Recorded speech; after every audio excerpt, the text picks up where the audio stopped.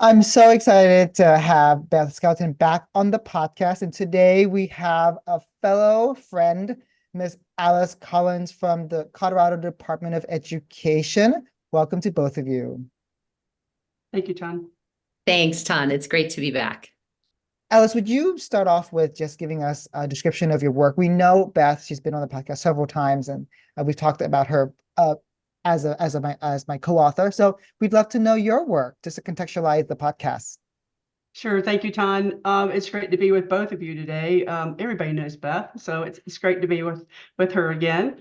From my seat at the Colorado Department of Education, I'm in the Office of Culturally and Linguistically Diverse Education. I work across the state with districts and schools to make sure they're providing a quality English language development program for emerging bilinguals here in Colorado. And a lot of the work I do is around systems and structures that are in place to support that program. And some of the work I do, unfortunately, is through the Office of Civil Rights or the Department of Justice. If districts have a complaint served against them, I help them navigate that and get their program to where it should be to serve all students.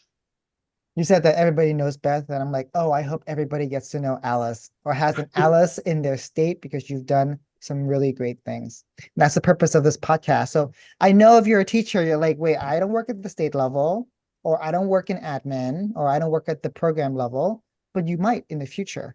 Or you have the ear of an admin, or you have the ear of a person at the state level. And so this is thinking about how can we not just support students in the classes, but if there's funding, if there is professional development, how do we structure that long term? And so both Alice and Beth will be here to talk about that.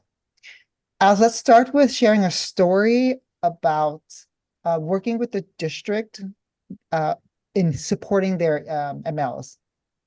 Right. Okay, Ton.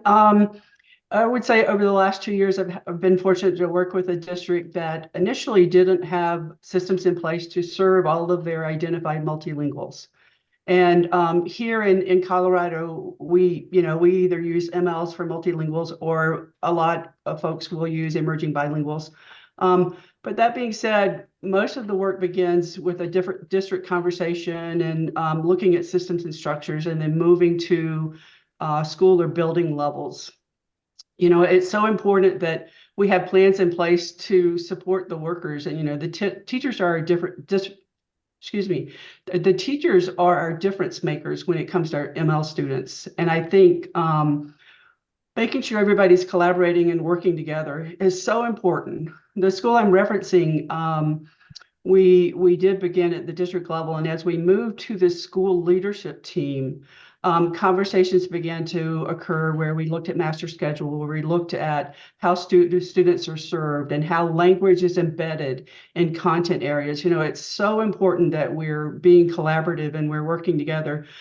Here in Colorado, we operate with usually what is referred to as a 45-minute language blocks, where students who are identified for language receive intensive language supports.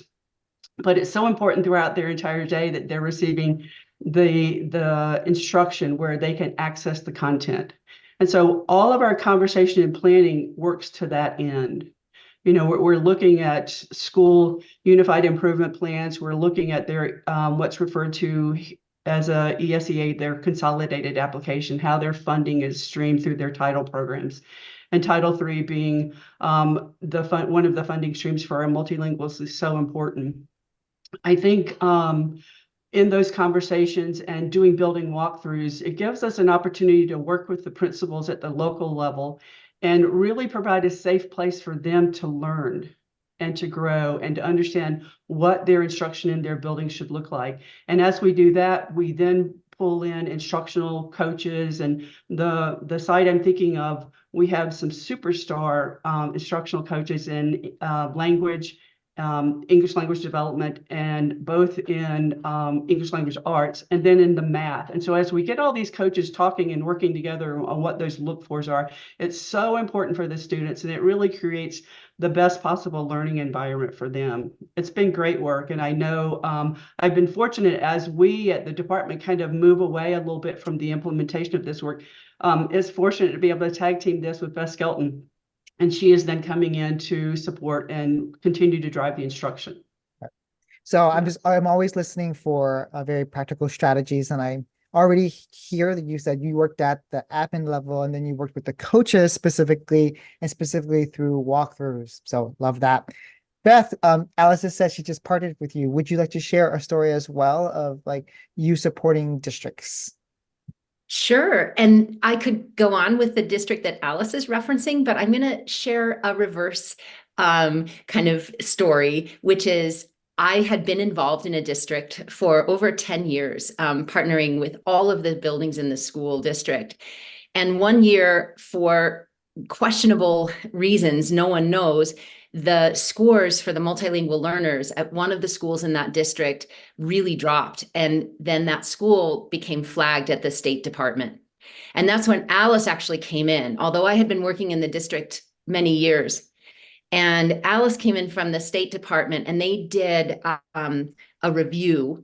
And that diagnostic review, they do exactly what Alice was saying. They come in right from the beginning. They do the walkthroughs. They have their checklist. They're looking at everything around systems.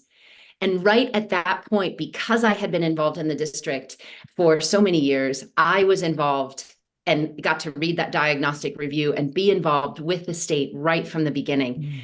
And so it was really, really exciting partnership. And there were, I think one of the days we were actually there at the same time, which was cool. And so then that they gave me the report as a consultant and someone to support. This is the ideas coming down from the state. And then I got to work directly with the school leadership, the coaches, as she said, and then try to implement what the ideas were that came out of that diagnostic review. And how we structured it was really close collaboration from the state to the school district itself and from the principal and all of the leadership at the school level.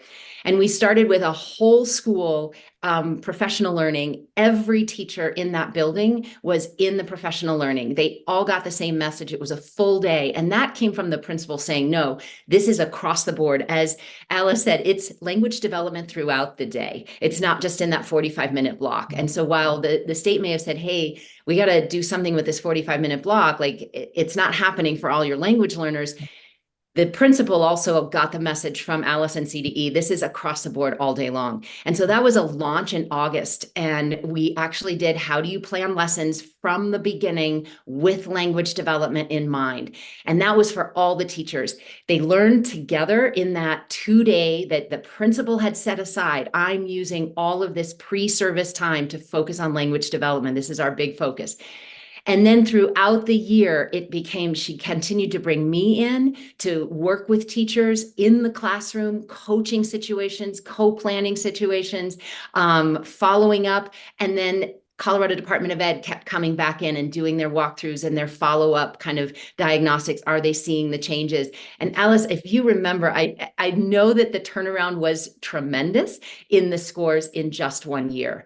And so they had gone from like an award-winning school to having this major drop and like shake up what happened and then turning it back around very, very quickly. And it was because of this collaborative whole school focus on language development throughout the day. And we're talking about a school that 40 to 50% of their students go home and speak a language other than English. And that doesn't mean that all of them are identified as multilingual learners, but all of those students can benefit, plus students who may not have the academic language they need to access the grade level curriculum. So that's a story that was just a huge win where, again, I had been involved already. And then the state came in and really boosted everything that we were doing and really added the focus on language across the school. Alice, do you want to add anything? Because you were at that site as well.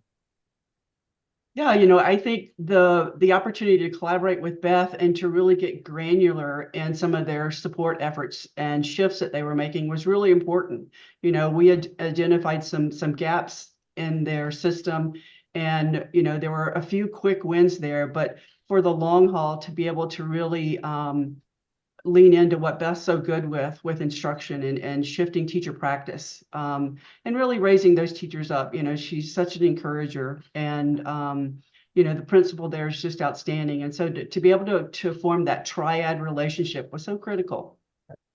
So you mentioned the school was an award-winning school, then it dropped in scores and there were gaps. What were the causes of the gaps? So, Tom, there were a lot of things that went on. The principal had left. There was a new principal that had come in. And so there was like a gap. And I actually hadn't been working in that school for maybe 3 or 4 years. Not that I'm the key. It's just the shift away from language happened. And then the new principal came back and saw the new scores and said, whoa, we have to go back to what we know. And then I'll give you another really concrete example about when the focus becomes on language development and what you can learn.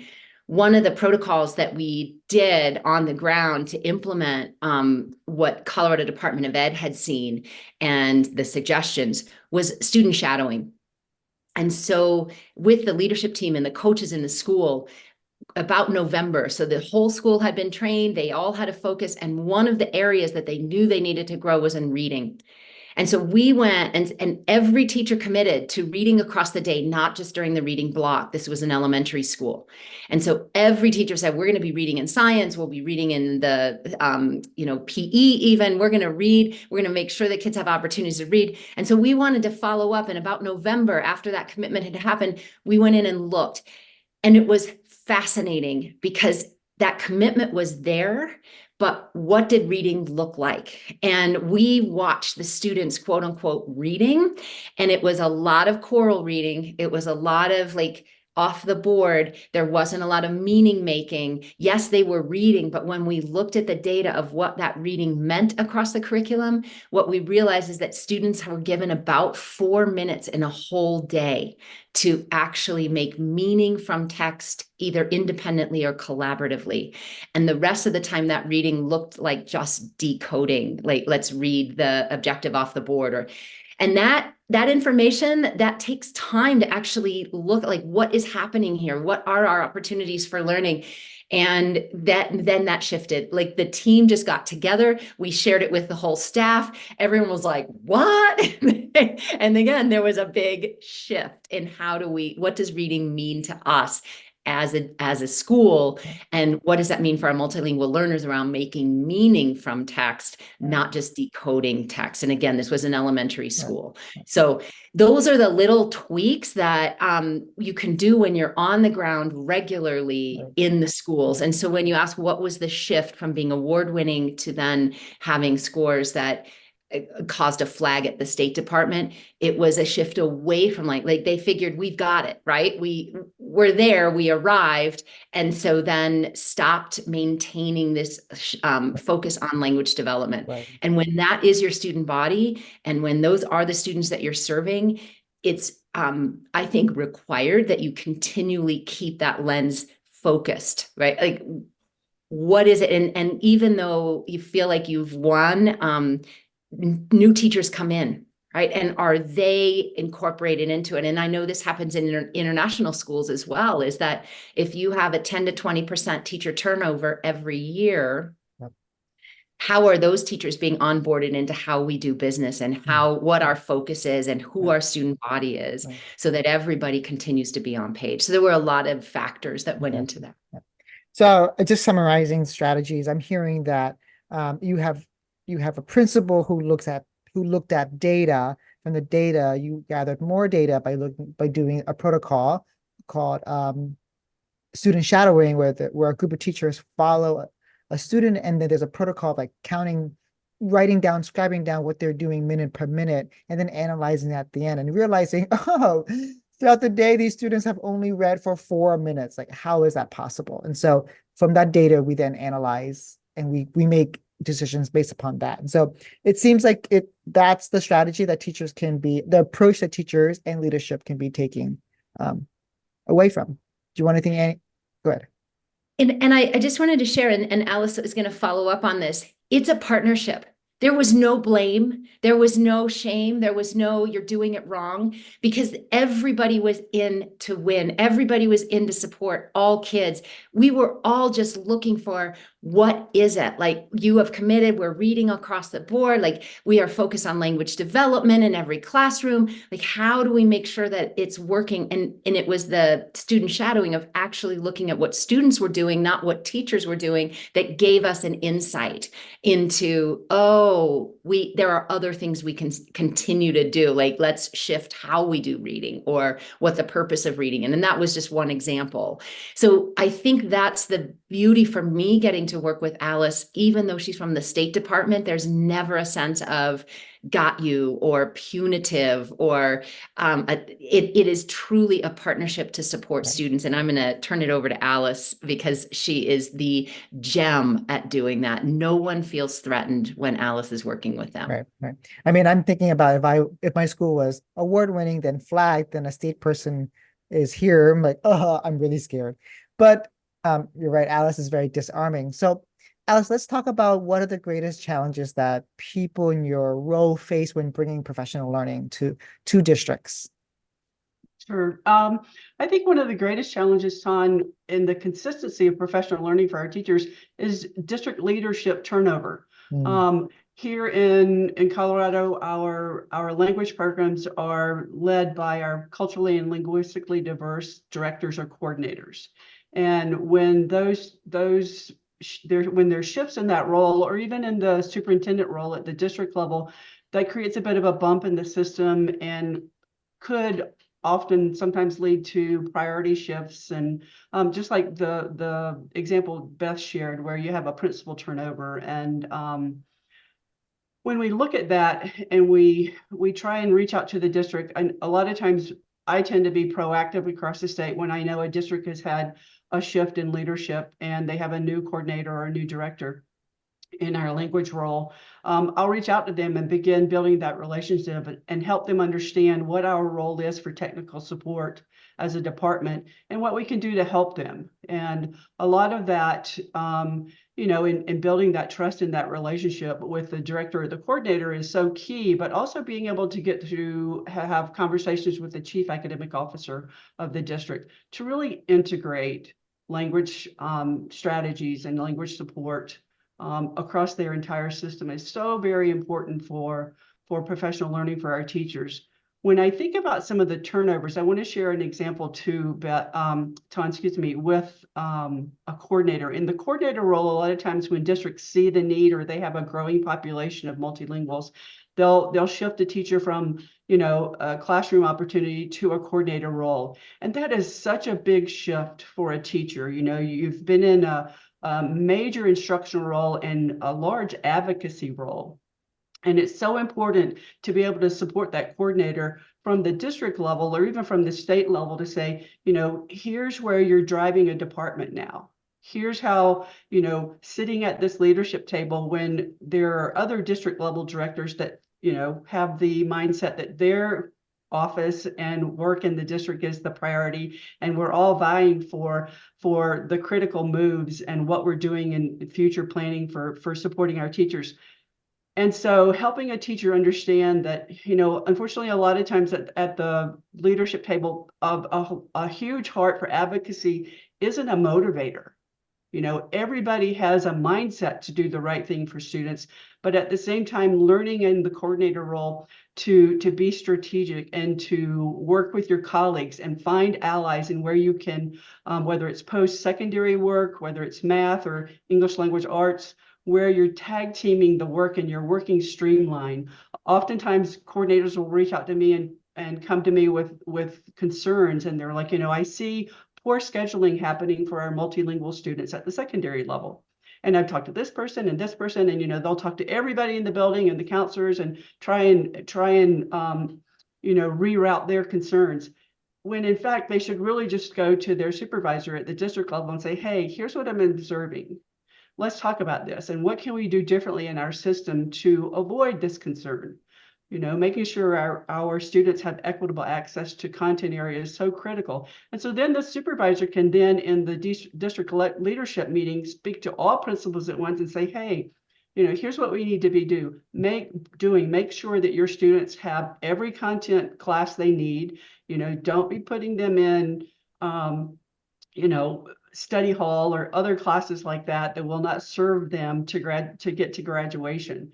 And so that's part of the learning curve that I see across the state, and I'm fortunate to be able to partner with coordinators and to help them understand and prioritize some of the work. After sitting myself in a district level director position, I know the difficulty of everything they face, and I have such respect for the work that they do, and trying to balance everything. There's never enough hours in the day for district leadership, and working with the coordinators and the directors is such a pleasure for me.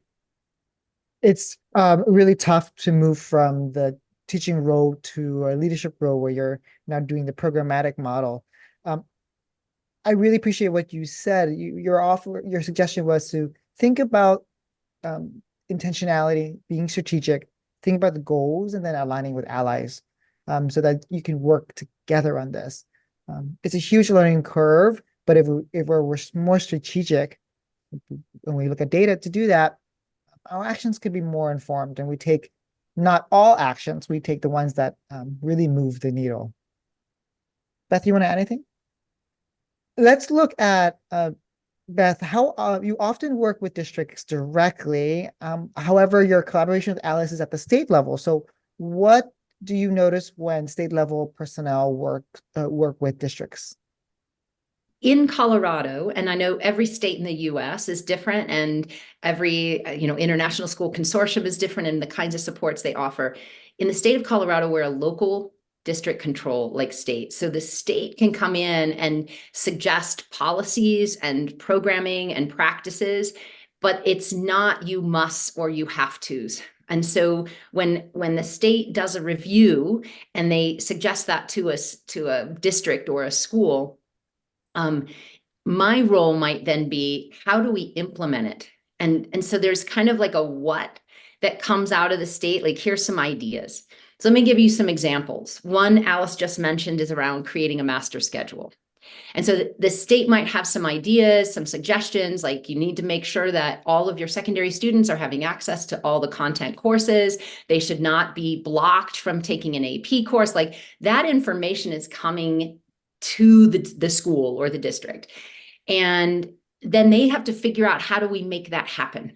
If we're also giving our language development students, of those that need that support, an extra class, like how then does it work in their schedule? That's maybe where I would then come in and like in the nitty gritty, like let's make it happen. But I'm in direct contact with the state. And so I am super grateful for the policy suggestions, the ideas, and I use the word suggestion because it's Colorado. It's this idea like, here, this is what we recommend, but there's no you must or you have tos, and every school can do what they want. But to make movement and to avoid being called in from the federal level, where then it's a requirement. So the state kind of comes in intermediate. And then I'm there on the ground to help. So, for example, at the elementary level, it might be implementing something often called a win block, what I need. And that every student has the opportunity to have this win block so that multilingual learners are not pulled from math or science or language or literacy block. They have a special block that is language development. And gifted and talented students also have time during that time. Your special ed students have time for that need during that win block. And so then we implement that, but there's so many little tricky things, figuring out how does that work with specials, and how does that work, for a first grade, kindergarten, how does that look, and when does it happen, and where do kids go? And so I get to be in the building on a more regular basis to kind of figure that out. So that's around like master schedule. At the secondary, the same kind of thing that Alice mentioned is, how do we make sure that students have opportunities to take not just APs, but also electives, and get language development. So that's one place that I would come in. Another where Colorado Department of Ed, we have in the reading division, this is outside of the department where Alice works, they have come up with an approved list of curricular resources for reading development at the elementary level. And there's a list. And so many schools in the state have chosen one of the curricular resources on that list. But those resources were not developed necessarily with multilingual learners in mind. And so now the school has adopted this new resource that came basically saying the Department of Education supports this, at the state level, but now how do we make sure it's working for multilingual learners? Again, that's where I would come in, and we would look through that resource for opportunities for language development within the resource and still using it, I hate the word, but with fidelity, like still making sure that teachers are implementing the resource as it was meant, and yet keeping language with a focus on language throughout the day, especially when over 50% of your students are multilingual learners. And then a third area that I really see that when the state comes in is around like a language growth goal or an academic English plan. And again, the state may recommend that schools implement that, or that schools have that so they can track growth over time. And that's where Alice's work with the district coordinator, she's helping them set up the systems to look at growth over time. How do you set up your spreadsheet? How do you use your district level data management system to pull the data so you can look at growth? But I may come in then, and again, at a more granular level and say, let's set these up for the individual students where we're not seeing growth, or let's set this up for all of a cohort. For example, students who have been in the district for 5 or more years and are still classified as English language learners, we call them experienced multilinguals. Let's do a cohort and create for those students growth plans. And now, how do we make sure that every teacher who works with that student knows what their growth goals are? And so that's where I would come in more at a very local and specific level, where the state has given the recommendations that I so appreciate. That, okay, how do we make these recommendations work on the ground in this building, in this context? Right. So for teachers who are listening, if you're at the admin level, you don't have to get a consultant. You can use the same process of like figuring out, what I can do from the recommendation from the state level, and then how can we implement that within our context. You talked about something called the WIN block, what everyone needs. Can you tell us more about that? Like, how do you structure that, or how have you seen that structured? Well, I'm going to actually ask Alice if Alice gets to see schools from across the state. I do many, but she has really a state view, and that's just one suggestion. But Alice, if you have ideas or answers around that WIN block. Yeah, I think some of the dialogue we're having now is so important when we look at a system, on providing what every student needs and how we're going to approach that. It takes every voice at the table, and it takes an honest look at what you're currently doing and where those possible gaps are and where you can make those improvements. Having quality professional learning communities at the grade level, and having teachers, step into that leadership role of, here's what I see for this student, how can we come together to meet that need, is so important. I think, and I see this across the state, when we do have a gap in our system, owning that and having that hard conversation sometimes is the best first step, we are a bit underperforming here. How are we going to approach this, and how are we going to move forward for what's best for students? So, and I'll follow up with that. It's not directly around this WIN block, but a tangent. The school that I'm considering right now, they had already implemented the WIN block so that students already had that like dedicated, some people call it an intervention block, but I avoid that term because I don't see English language development as an intervention. Right? It's what I need at this time. So they already had that in place. But the next step was, how do we find time for true collaboration for our teachers with the English language development specialist at the school, and collaboration with the other teachers at the grade level? And at an elementary, the only time that teachers have a chance to talk is when their students are at a specials class, when the students go to PE or art or music. And normally in an elementary school, there's one specials a day, and the teachers rotate through. And like Alice just said, you get all of the key players around the table. And you put the brainstorm in place. And I had the honor of being involved in one of those table talks at a school where I found it super creative. The teachers had told all the school leadership, we need more time. We can't collaborate with our ELD teacher unless we have more time. We have 1 specials a day. And by the time we drop our kids off and walk back to our classroom, we have 42 minutes if we're lucky, if we don't go to the bathroom. Like they said, that's it. That's all the time we have. We can't make it happen. And the principal came to us and said, I have one extra quote unquote teacher because one of the grade levels it was like a bubble where that bubble was smaller in 3rd grade. And he said, I can take one of our 3rd grade teachers and basically turn that person into an extra person. And he said, I'm giving you this brainstorm. What can we do? And out of that session came a very creative new plan of a 2nd specials at elementary level. And so they turned that other teacher into the science specialist so that students went through science as a specialty. So they got extra, which kids love. And there's never enough time in an elementary curriculum to really focus on science. And that teacher was super excited because that was her undergraduate degree. And so what happened is they created time in the day. And I just checked in with that school and I said, we threw that crazy idea out there and you tried it for a year. And, I knew there were little bumps in the road because kids were walking too much between class and there was too much downtime.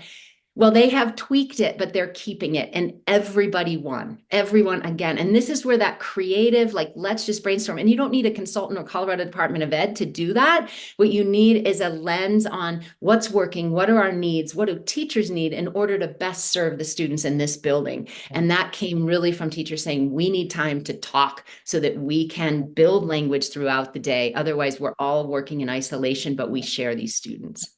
So the WIN block I initially thought was a class where students, multilingual students come together and the English language specialist helps them.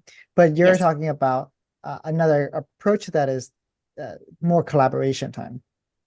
Well, the WIN block originally is that where they already had that embedded. And so, yes, thanks for that clarification. That is a time where multilingual learners at beginner level from across 1st grade would get to come together and have 45 minutes, if you're lucky, 30 minutes, if it, tweaked, but that is just language development with other students who have that same kind of language development need. And that is usually taught by an English language development specialist, right? And during that time, they're not missing anything else because other students are going to other kind of specialized what I need time. And it might be around math, or it could be around a special learning need, or it could be a gifted and talented block. Yeah. But everybody in the school goes, or in that grade level goes to a specialized class at that time. Right. It's so everyone's there's not extra content. It's different support, and in that time the MLs have an opportunity to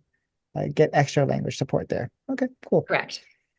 And let's talk about, Alice, let's go back to you. Why should districts partner with state level personnel for professional learning?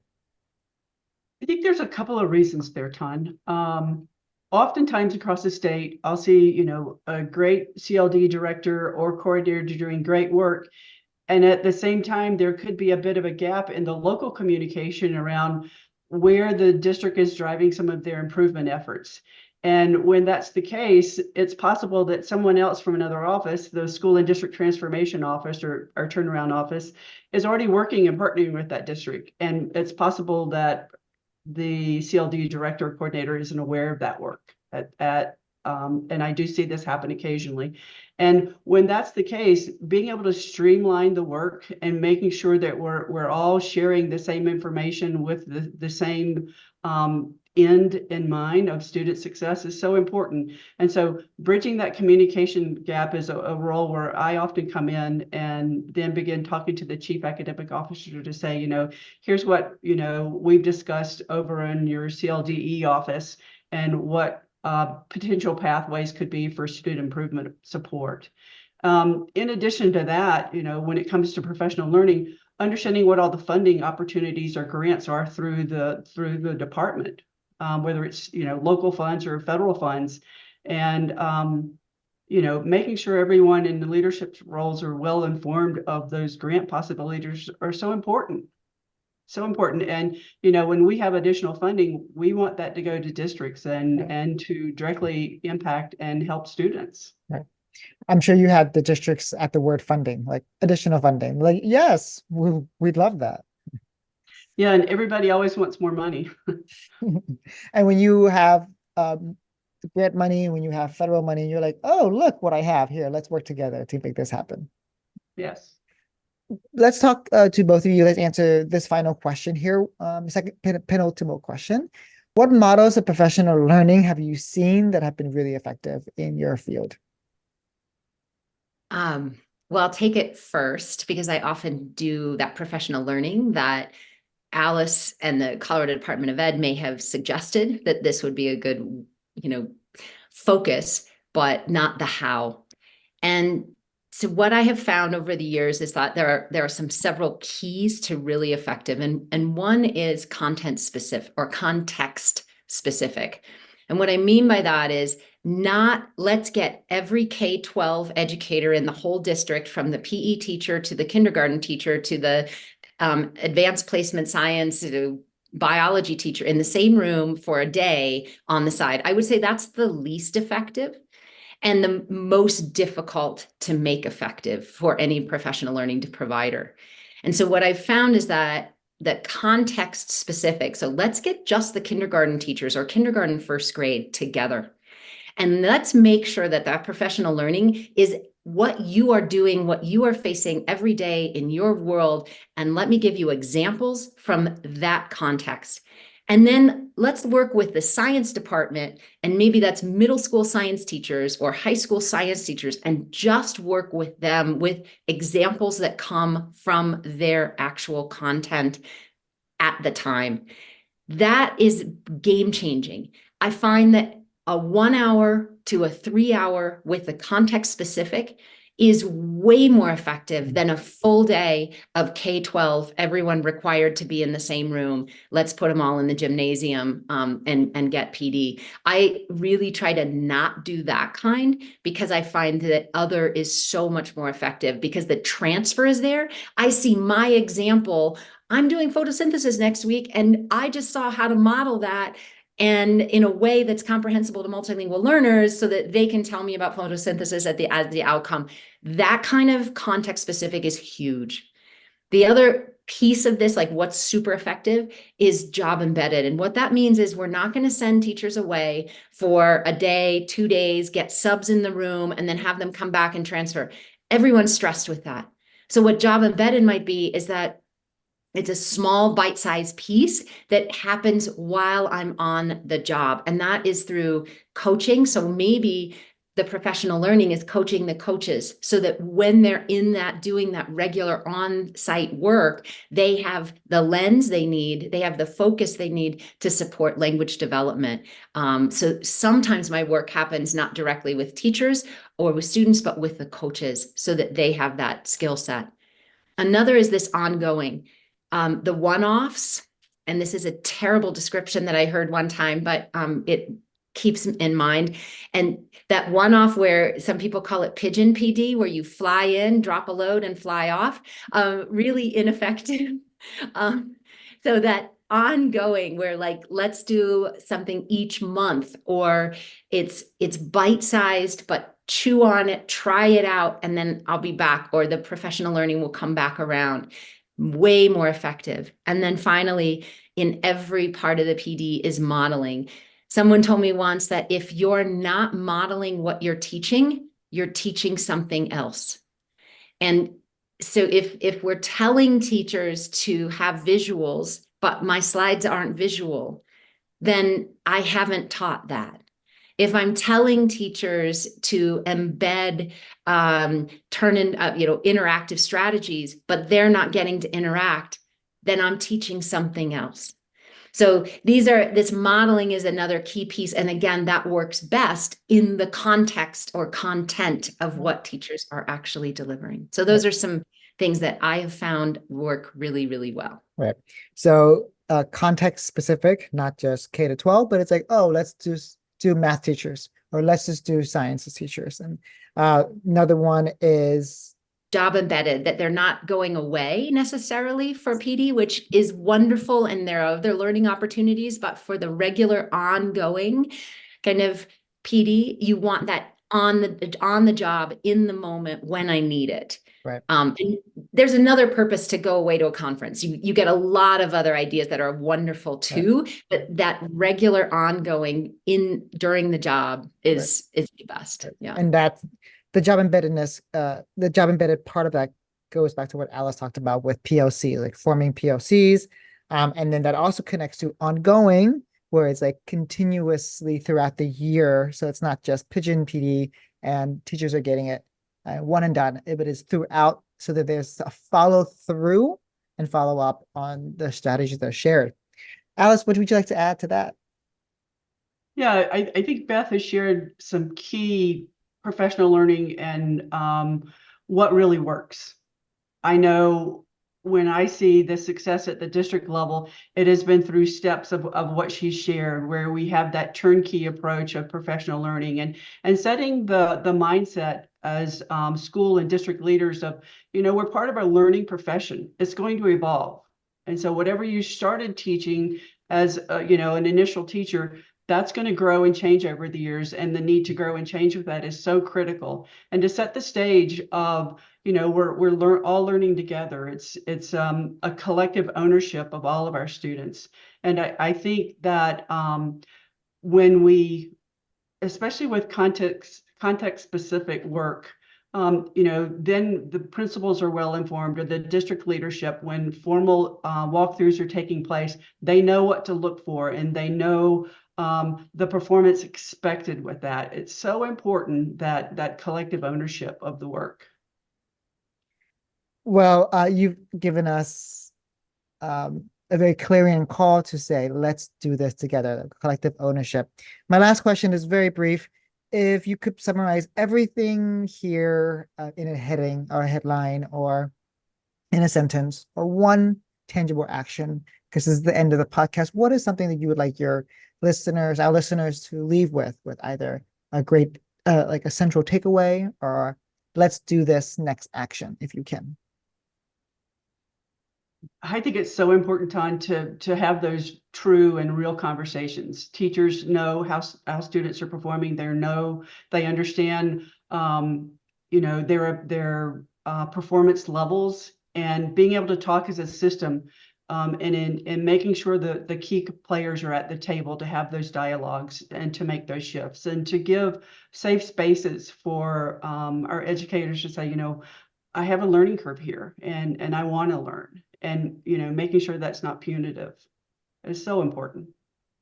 There's a saying everyone probably knows about, it takes a village to raise a child. And I would say it takes all kinds of collaboration to educate that child in our school systems. And those systems, from the state level to the district level to the school level to the department level to the team level, right? That teachers are too often isolated, and that this work coming in from the state all the way down is about breaking that isolation, so that, as Alice said, we are creating this safe space to learn. We are a learning profession, and that means everyone in the profession is learning, not just the students in front of you, but also you through the process. And so let's look at, it takes all of us to successfully support all of our students so that they can achieve.